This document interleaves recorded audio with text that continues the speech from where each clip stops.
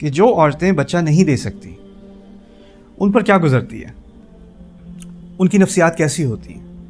مجھے نہیں پتا تھا کہ 60 to 80 million، اردو میں مجھے نمبرز نہیں آتے ابھی، 60 to 80 million women around the world cannot have a baby.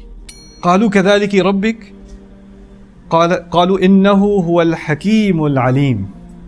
ان دو الفاظ سے اس عورت کو تسلی مل گئی۔ دوسری بات کہ آپ کے اوپر جو رنج گزرا ہے نا، جس اداسیوں سے آپ گزری ہیں، جو آنسو آپ نے خاموشی میں بہائے ہیں، جو تکلیف آپ کے اندر دل میں رہی ہے، جس تکلیف کے ساتھ آپ سوئی ہو، جس تکلیف کے ساتھ آپ اٹھی ہو، اس سب کو اللہ تعالیٰ کو پورا علم ہے، اس سب کا علیم۔ تو آپ کو نہیں معلوم کہ شاید جس مصیبت سے آپ گزر رہے ہو نا، اس سے نکلنے کے بعد جو اللہ کا آپ کے لیے پلان ہے، ہو سکتا ہے اس کا فائدہ آپ کے جانے کے 100 سال بعد بھی چلتا رہے، آپ کے جانے کے 300 سال بعد بھی چلتا رہے۔ آج کے مختصر خطبے میں آپ سے سورۃ الذاریات کے ایک واقعے کے بارے میں بات کرنا چاہ رہا ہوں۔ اللہ تعالیٰ نے قرآن میں جہاں جہاں کسی بھی قصے کا ذکر کیا ہے تو اس میں کسی نبی کی زندگی سے ایک چھوٹا سا لمحہ لے کر اس کے بارے میں ایک آیت نازل کی ہے۔ ہو سکتا ہے کہ جو مکالمہ ہوا ہوگا، جو ڈائلاگ ہوا ہوگا، وہ بہت لمبا ہوگا، لیکن اس کا ایک بہت چھوٹا حصہ اللہ تعالیٰ نے قرآن میں ڈال دیا، اور وہ جو چھوٹا حصہ ہے اس کی اتنی اہمیت ہے کہ وہی کافی ہے۔ آپ کو کبھی لگے گا کہ آپ کے پاس پوری تفاصیل نہیں ہے قرآن پڑھتے ہوئے، کہ آیت میں جو پہلے ہوا، جو بعد میں ہوا، اور کیا کیا ساری تفاصیل مسنگ ہے، تو ایک چھوٹی سی بات کی گئی ہے، تو ہمارا ذہن کس طرف جاتا ہے؟ جو بات نہیں کی گئی اس کی طرف چلا جاتا ہے۔ جیسے یوسف علیہ السلام کا قصہ ہے تو ان کی والدہ کا کوئی ذکر نہیں ہے، تو ہر کوئی پوچھتا رہتا ہے ان کی والدہ کون تھی، وہ ان کا نام کیا تھا؟ پھر بعد میں جا کے عزیز کی بیوی ہے تو بیوی کے نام کے پیچھے سارے پڑ جاتے ہیں کہ وہ بیوی کون تھی، اس کی شادی بعد میں ہوئی ان کے ساتھ کہ نہیں ہوئی، اس کا کیا ہوا۔ جو بات قرآن نے نہیں کی نا، اسی پہ سارا ذہن اس طرف چلا جاتا ہے، جو بات کہی جا رہی ہے اس پہ فوکس نہیں ہوتا۔ اصل میں یہ بھی قرآن کی ایک تربیت ہے۔ کبھی کبھی جو ٹیچر ہوتا ہے نا، وہ کم بات کرتا ہے، اور اس کا مقصد یہ ہوتا ہے کہ اسٹوڈنٹ جو ہے وہ اس کے 1000 سوال ہیں، وہ 1000 سوالوں کا جواب نہیں دے رہا، وہ آپ کو بس ایک بات بتا رہا ہے تاکہ آپ کا ذہن فوکس ہو جائے، اور وہ ایک بات آپ کے 1000 سوالوں کے آپ کو جواب بھی مل جائے نا، اس کا آپ کو اتنا فائدہ نہیں ہوگا اگر آپ اپنے سوالوں کو تھوڑا چھوڑ کر اس پہ فوکس کر لیتے اور اپنے آپ سے یہ پوچھتے کہ اس آیت میں جو بات کی جا رہی ہے اس کی بنیاد پر میرے ذہن میں کیا سوال آتے ہیں، اس آیت سے میں کیا سیکھ رہا ہوں، تو ہو سکتا ہے اس کے ذریعے انسان کی پوری زندگی بدل جائے۔ اور یہی ایک آیات کی طرف، قرآن کی آیات کی طرف ایک ذہنیت ہونی چاہیے ہماری، کہ اللہ تعالیٰ نے ہمیں ایک تحفہ دیا ہے، ایک خزانہ دیا ہے، اور اس میں مزید معلومات، اضافی معلومات کے بجائے جو معلومات اس آیت کے اندر ہے وہاں سے بات شروع ہونی چاہیے۔ یہ نہیں کہ اس آیت کو سمجھنے کے لیے ہمیں باہر کہیں پہلے جانا پڑے گا پھر ہم اندر آتے ہیں، نہیں، جو بات ہو رہی ہے اس پہ فوکس کرتے ہیں۔ تو اسی بات کو سامنے رکھتے ہوئے ایک چھوٹا سا واقعہ ہے۔ ابراہیم علیہ السلام اب ایسی عمر میں پہنچ گئے تھے، ان کی پہلی بیوی جو ہیں ان سے اولاد ان کو نہیں ہوئی، پھر ان کی دوبارہ دوسری شادی ہوئی ہاجرہ سے ان کو اولاد ہوئی، بہت دیر میں جا کے اسماعیل علیہ السلام۔ اگر بائبل کی معلومات کو ہم لیتے ہیں تو قرآن اس کے مخالف نہیں ہے۔ تقریباً 86 سال کی عمر تھی ان کی جب ان کی پہلی اولاد ہوئی ہے، اسماعیل علیہ السلام۔ اور جو پہلی بیوی تھی ان کو ساری زندگی اولاد نہ دے سکی، سارا، اور سارا تھی بھی رائل فیملی سے، اگر ان کے پیچھے لینیج دیکھی جائے نا تو وہ ایک شاہی خاندان سے تھی۔ اور ان خاندانوں میں کیا ہوتا ہے کہ جب بچہ ہوتا ہے تو بچہ بھی جو ہے وہ خاندانی ہوتا ہے، اس میں بھی رائلٹی آتی ہے نا۔ اب ان کی ابراہیم علیہ السلام سے شادی ہوئی ہے اور وہ ان کو بچہ نہیں دے سکی، 100 سال اب ابراہیم علیہ السلام کی عمر ہو گئی ہے۔ اس وقت پھر اللہ تعالیٰ ان کے گھر پر فرشتے بھیجتے ہیں انسان کی شکل میں، اور جیسے ہی ابراہیم علیہ السلام نے دروازہ کھولا، انہوں نے سلام کیا، انہوں نے کہا سلام قوم منکرون، سلام، تم لوگ انجانے ہو، تمہارے کپڑے ایسے ہیں کہ پتہ چل رہا ہے تم یہاں ادھر ادھر سے نہیں آئے، اور تمہاری زبان سے پتہ چل رہا ہے تم یہاں کے لوکلز نہیں ہو، تم لوگوں کو تو میں نہیں جانتا، لیکن اعلیٰ ای حال، بہرحال آ جاؤ اندر۔ تو وہ انہوں نے بٹھایا، فراغ الی اہلہ، پھر اشارہ کیا، قرآن سورۃ الذاریات میں ہے، اشارہ کیا ہلکے سے اپنے گھر والوں کو، راغ الی اہلہ۔ راغ سے کہتے ہیں کسی کو ایسے اشارہ کرنا کہ ایسے آپ بیٹھے ہوئے ہیں اور ادھر سے میں نے ایسے اشارہ کیا کہ آپ کو پتہ بھی نہیں چلا کہ میں نے اشارہ کر دیا ہے، ٹھیک ہے نا، اس کو راغ الی اہلہ ہی کہتے ہیں۔ اس میں بھی ایک ادب ہے، وہ کیا ہے کہ لوگوں کو پتہ نہ چلے کہ میں اپنی فیملی کو باس کر رہا ہوں، جاؤ کھانا لے کے آؤ، یہ کرو وہ کرو۔ ان کی عزت کا بھی احساس ہے، جن کو انسٹرکشن دی جا رہی ہے نا، ان کی عزت کا بھی احساس ہے مہمان کو بھی احساس ہے کہ اس کو یہ نہ لگے کہ میں بوجھ ہوں، کیونکہ اچھا چلو یہ آ گئے، ان کے لیے کھانا لے آؤ، پھر اب یہ آ ہی گئے ہیں تو مہمان کو بھی لگے اچھا چلے میں چلتا ہوں، آپ نہ کریں. تو ان کو بھی احساس نہیں ہونے دیا کہ کچھ تیار ہو رہا ہے، اور فیملی والوں کو بھی اس طرح ڈسٹرب نہیں کیا، اور فیملی کی ان کی آپس میں سمجھ ہے، انڈرسٹینڈنگ ہے کہ تھوڑا سا اشارہ کر دیا سیکریٹلی، ان کو بات سمجھ میں آ گئی. پھر بعد میں اللہ تعالیٰ نے کہا ہے فجاء بعجل سمین، کہ وہ پھر گوشت لے کر آئے، بچڑے کا، تازہ بچڑے کا گوشت لے کر آئے. اس کا مطلب ہے کہ ابراہیم علیہ السلام نے اشارہ تو کیا، پھر شاید اس طرح کہا ہوگا کہ تم لوگ یہاں ٹھہرو، میں بھی آتا ہوں.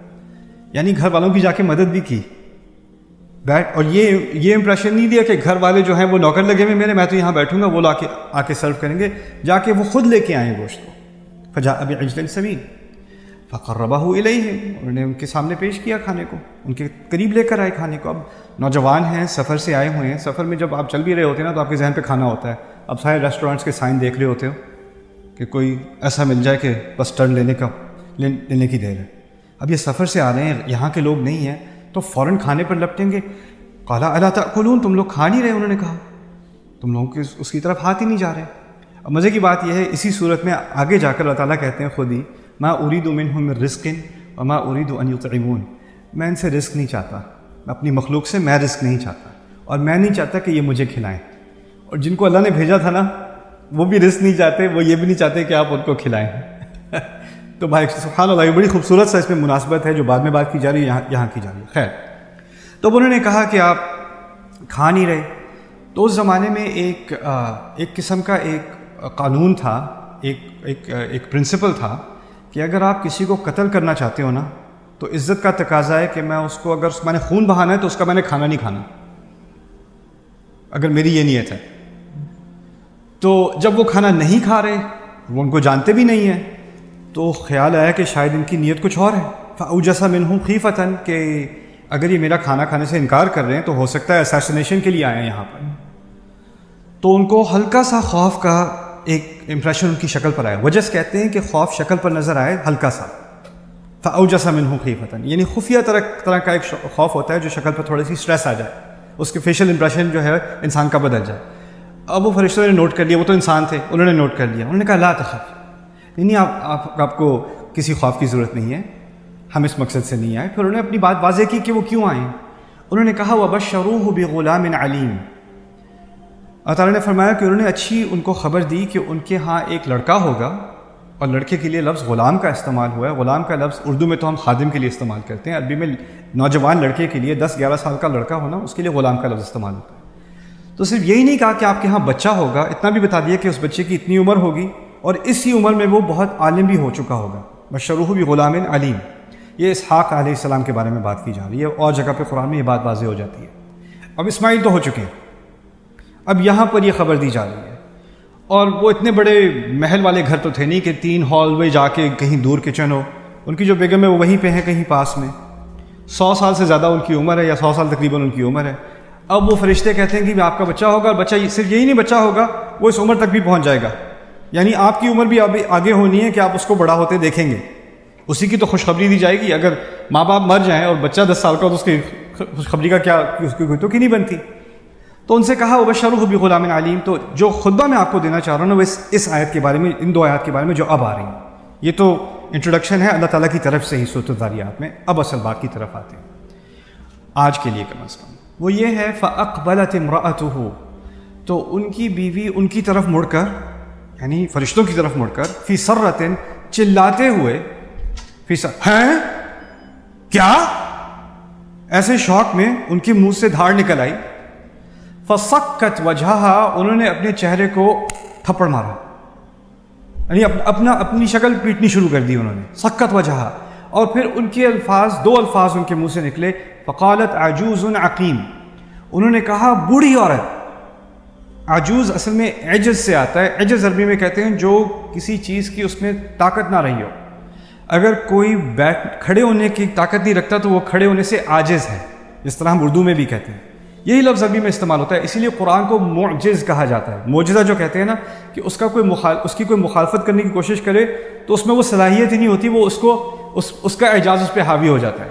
تو جو قرآن کے اوپر غلبہ کرنے کی کوشش کرتا ہے وہ عاجز ہو جاتا ہے، اسی لیے قرآن کو معجز کہتے ہیں، یعنی عاجز کرنے والا۔ تو یہ لفظ انہوں نے کہا میں تو اب میری تو صلاحیت ہی نہیں ہے، عجوز میں اور بھی اشارے ہیں، مجھ سے تو اب آرام سے بیٹھا بھی نہیں جاتا، آرام سے کھڑا ہوا نہیں جاتا، میں کہیں سیڑھیوں پہ نہیں چڑھ سکتی، میں کہاں بچہ دوں گی، عجوز۔ اور دوسرا لفظ انہوں نے استعمال کیا عقیم۔ عقیم اصل میں کہتے ہیں ایسی عورت کو جو شروع سے ہی اس میں اللہ تعالیٰ نے یہ صلاحیت نہیں ڈالی کہ اس کے ہاں بچہ ہو، ٹھیک ہے نا، جس کو ہم بانجھ کہتے ہیں۔ تو اگر وہ جوانی کی عمر سے ہی اس میں یہ مرض ہو یا اس میں یہ علت ہو تو اس کو عقیم کہتے ہیں۔ اگر بعد میں جا کے ہو سکتا ہے پہلے اس کے بچے ہوئے بعد میں اب وہ پریگننٹ نہیں ہو سکتی، اس کو معقوم کہتے ہیں۔ تو عقیم ہوتا ہے شروع سے۔ تو انہوں نے یہ دو لفظ استعمال کیے اپنی شکل پہ، انہوں نے ہاتھ مارے، چیخ ماری اور کہا عجوز عقیم، بوڑھی عورت جو بانجھ رہی ہے ساری عمر۔ یہ دو الفاظ انہوں نے استعمال کیے۔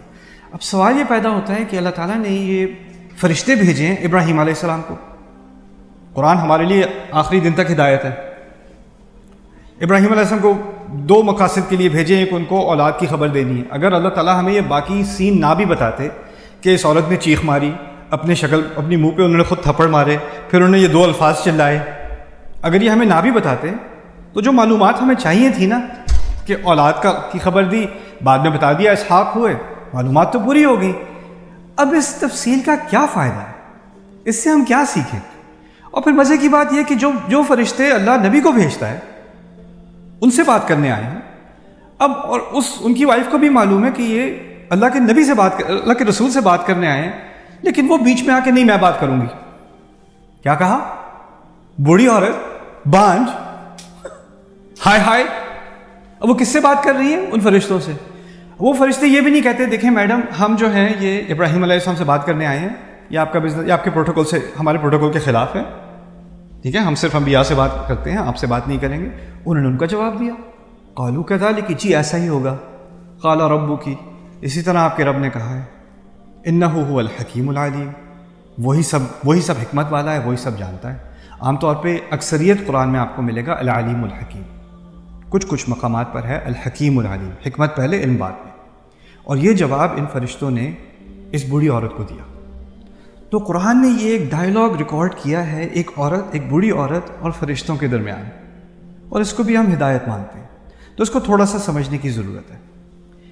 جب میں اس صورت پہ کام کر رہا تھا تو مجھے خیال آیا کہ یہ دو الفاظ بہت گہرے ہیں، عجوز، عقیم، اور ان کا جو ریاکشن ہے نا یہ بھی بہت گہرا ہے۔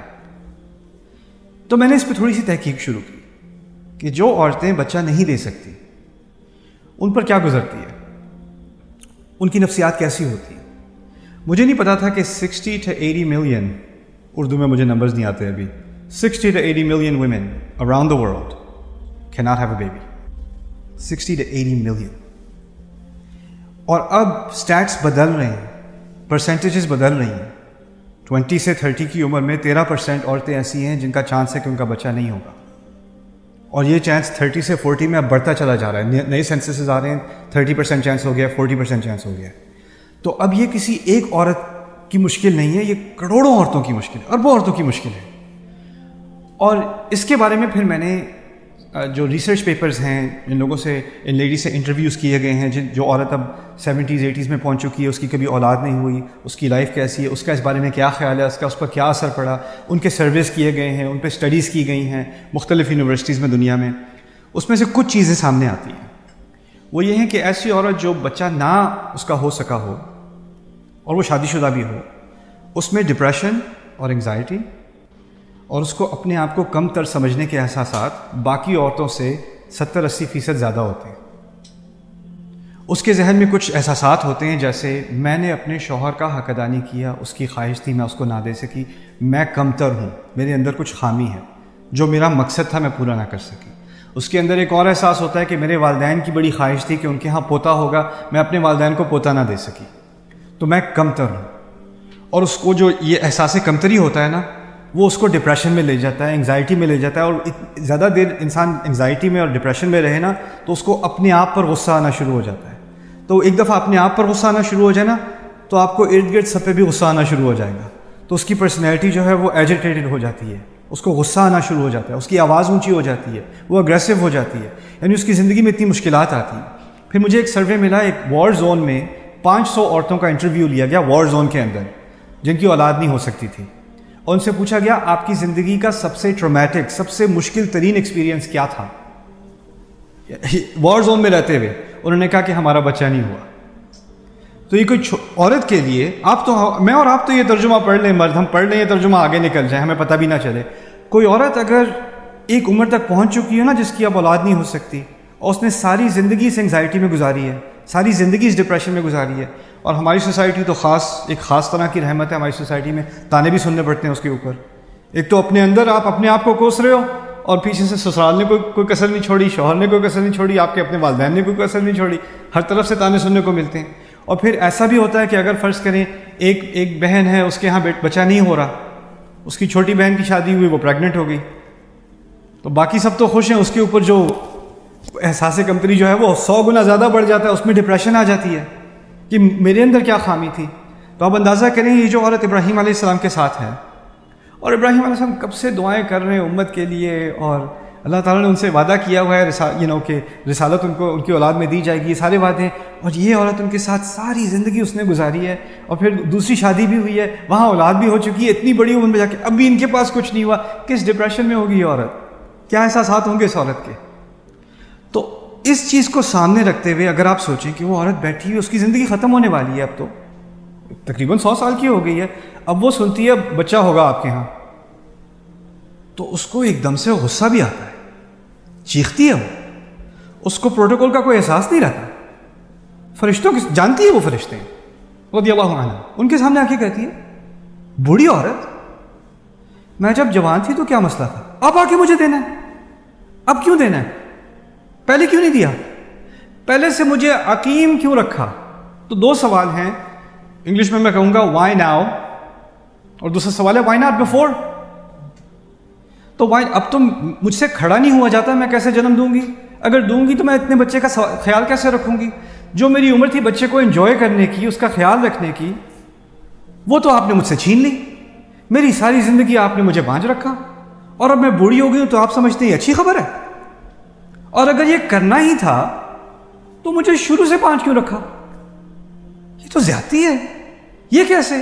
تو اس کا چیخنا اور اس کا اپنی شکل پیٹنا تھوڑا سمجھ میں آنا شروع ہو جاتا ہے، یہ صرف کوئی کہنے کی بات نہیں، یہ بہت زیادہ ایک زندگی بھر کی ڈپریشن ہے اس عورت کو، ایک زندگی بھر کا رنج ہے۔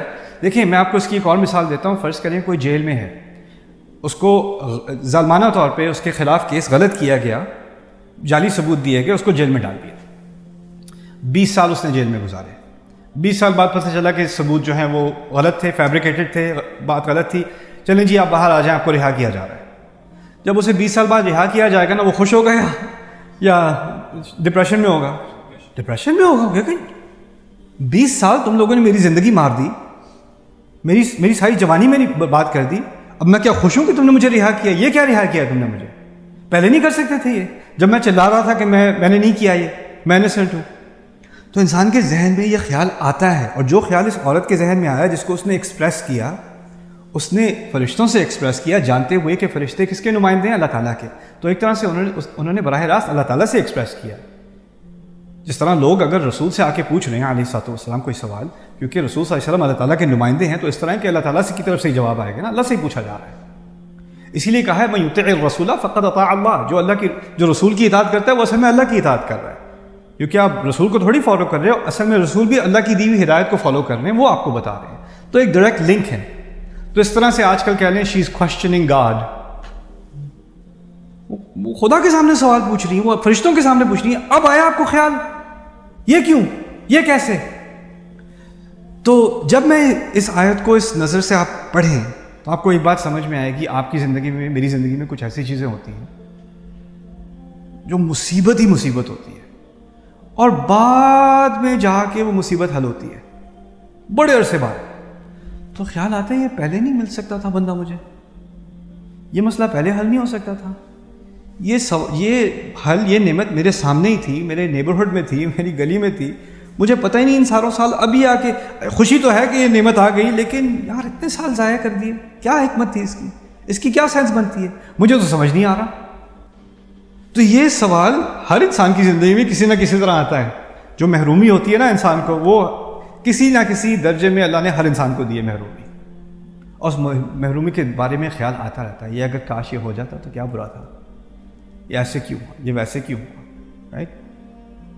اب فرشتوں نے ابراہیم علیہ السلام سے بات کرنے کے بجائے اس خاتون سے بات کرنی شروع کر دی۔ اب انہیں وہ کہتے ہیں کذالک قال ربک، ایسے ہی کہا ہے آپ کے رب نے۔ اچھا ٹھیک ہے، کہا ہے تو کہا کیوں ہے؟ پتہ ہے مجھے کہا ہے، اتنا تو مجھے معلوم ہے کہا ہے، کیوں کہا ہے؟ اب دیکھیں اللہ تعالیٰ کے دو نام ہیں، علم والا اور حکمت والا، لیکن پہلا نام یہاں پر علم نہیں ہے، پہلا نام حکمت والا ہے، حکیم۔ یعنی حکیم کہتے ہیں کہ دیکھیں اگر آپ کوئی کام کرتے ہیں نا جس کی کوئی تک نہیں بنتی، سینس نہیں بنتی، تو اس میں حکمت نہیں ہے۔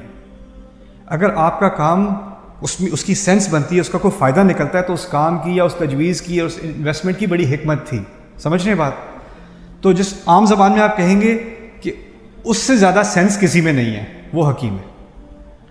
یعنی اللہ تعالیٰ کو معلوم ہے کہ ابھی ہی آپ کی اولاد ہونی تھی، ابھی ہونی تھی، اور اسی وجہ سے، اور اس میں ایک حکمت ہے جس کو آپ نہیں سمجھ سکتی، لیکن اللہ کو پتہ ہے کب آپ کو ماں بنانا تھا، اسی کا پلان تھا یہ کہ یہ محرومی والے سال جو ہے نا سارے اس میں آپ کو رکھنا تھا، یہ اس کی حکمت تھی۔ دوسری بات کہ آپ کے اوپر جو رنج گزرا ہے نا، جس اداسیوں سے آپ گزری ہیں، جو آنسو آپ نے خاموشی میں بہائے ہیں، جو تکلیف آپ کے اندر دل میں رہی ہے، جس تکلیف کے ساتھ آپ سوئی ہو، جس تکلیف کے ساتھ آپ اٹھی ہو، اس سب کو اللہ تعالیٰ کو پورا علم ہے، اس سب کا علیم۔ قالوا كذلك ربك قالوا انه هو الحکیم العلیم۔ ان دو الفاظ سے اس عورت کو تسلی مل گئی، اس کو تسلی کسی انسان سے نہیں آ سکتی، لیکن اس کا اللہ تعالیٰ کے ساتھ اب ایک ایسا رشتہ اللہ نے بنایا، اور ہمارے رب کے کئی نام ہیں، لیکن ان کی زندگی میں انہیں دو ناموں کی ابھی ضرورت تھی۔ جو اللہ کرتا ہے حکمت سے کرتا ہے، اگر اس نے ابھی مجھے رہا کیا ہے جیل سے، اگر اس نے آج مجھ سے یہ مصیبت ہٹوائی ہے، اس کا پلان تھا۔ یہ پہلے بھی ہٹوا سکتا تھا، لیکن اس کی حکمت تھی کہ آج میں اس مصیبت سے نکلوں، اور جس مصیبت سے میں گزر رہا تھا اس سے وہ ناواقف نہیں تھا، اس کو پتا تھا میں کس مصیبت سے گزر رہا ہوں، وہ علیم ہے، انہ هو الحکیم العلیم۔ تو یہ ایک عظیم حکمت ہے۔ اب اس کو آگے سمجھ لیں۔ اسماعیل علیہ السلام کی جو پیدائش ہے وہ پہلے ہو چکی ہے، اور اس کے بعد ان کی اولاد میں ہزاروں سال گمراہی رہی ہے اسماعیل کی اولاد میں، اور آخر میں جا کے رسول اللہ صلی اللہ علیہ وسلم اسماعیل کی اولاد سے آئے ہیں، ہزاروں سال بعد۔ تو ابراہیم علیہ السلام رسول ہیں، پھر اسماعیل رسول ہیں، اسماعیل علیہ السلام کے بعد ہزاروں سال کی گمراہی ہے، اور اس کے بعد آخر میں آ کے محمد رسول اللہ صلی اللہ علیہ وسلم۔ اور یہ جو عورت ہے نا جو بانجھ رہی ہے، اس کی اولاد اب ہیں اسحاق نبی، ان کی اولاد ہیں یعقوب نبی، ان کی اولاد ہیں یوسف نبی، ان کی اولاد کے بارے میں آگے اللہ تعالیٰ نے بتایا ہے کلما ہلک، اور حدیث میں بتایا گیا کلما ہلک نبی خلف نبی۔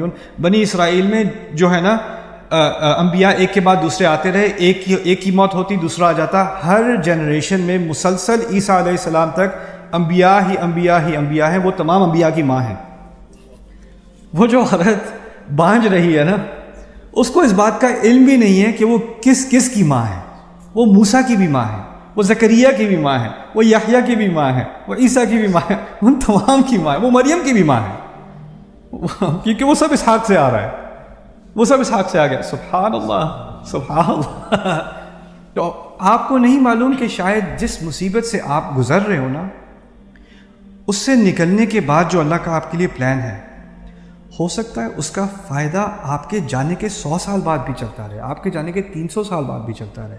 ہم اپنی زندگی میں جو پھنس جاتے ہیں نا، تو ہمیں اپنی زندگی انفینٹ معلوم ہوتی ہے کہ یہ تو مسئلہ کبھی بھی حل نہیں ہوگا۔ آپ کی زندگی کبھی والی نہیں، ہمیشہ والی نہیں ہے، آپ کی زندگی کچھ لمحے اس دنیا میں، لیکن جو نعمتیں اللہ آپ کو دے دے اور اس کا آپ صحیح استعمال کر لیں نا، اس پہ شکر گزاری کر لیں، تو ہو سکتا ہے اس کے اثرات کئی سالوں تک، صدیوں تک، دنیا تک پھیلتے رہیں، جاتے رہیں، آپ اس کا اندازہ نہیں کر سکتے۔